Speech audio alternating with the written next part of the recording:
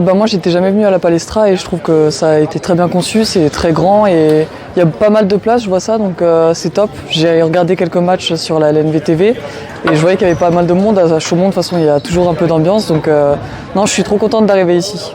Avec mon petit frère Théo Rotard, on venait tous les étés en Champagne-Ardenne pour voir les grands-parents, donc ça fait vraiment plaisir de venir ici et surtout jouer un match ici devant la famille.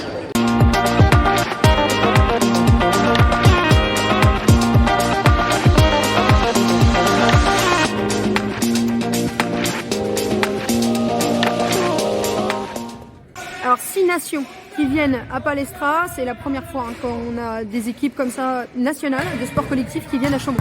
Oui. C'est énorme, c'est un beau message qui est envoyé. Organiser un événement de ce type-là, prendre cette organisation de 6 nations, j'allais dire, c'est le monde entier qui est à Chaumont pendant 48 heures, Japon, Argentine, Colombie, Belgique, Canada et la France pour le coup du spectacle. Donc c'est très très bien.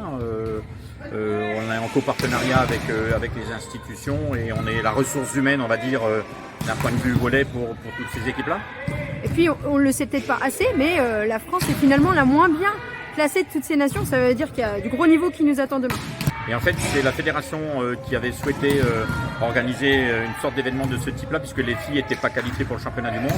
Et donc, les autres nations ont accepté assez rapidement, parce que directement après Metz, qui est la dernière étape, ils iront au championnat. Donc, c'est un énorme plateau. Alors justement, les Japonaises sont derrière nous, là, elles sont arrivées. Comment ça va se passer pour les autres nations? Puisqu'elles arrivent, comment ça va se passer? Alors hier elles étaient toutes ces équipes-là à Belfort, donc ils sont arrivés entre midi et 13h dans leurs hôtels respectifs. On a 2 équipes sur les 3 sites que sont l'Ibis, le BNB et le Terminus. Et donc les 2 salles, même si on l'oublie, mais on a aussi Jean Masson, donc les 2 salles sont réquisitionnées pour faire les entraînements, la salle de muscu bien entendu.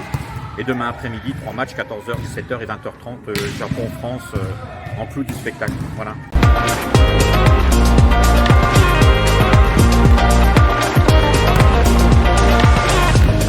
Qu'est-ce que vous en attendez de cet événement et quel est l'objectif d'organiser un gros événement comme celui-ci?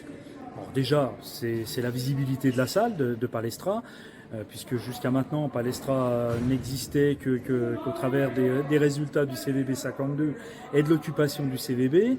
Sur la partie festive, un concert inaugural, le concert de Kenji.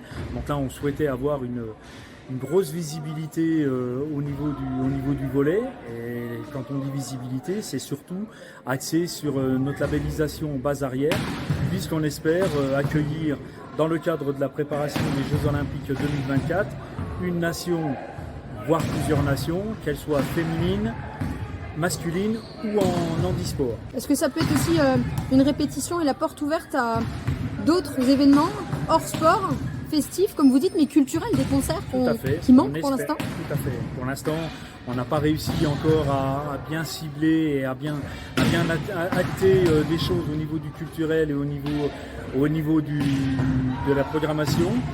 On y travaille, on y réfléchit, mais oui, ça laisse augurer d'autres actions et d'autres grands moments sur le chemin. Dès 2023? Plutôt, oui, dès 2023, on y travaille. Voilà, on y travaille.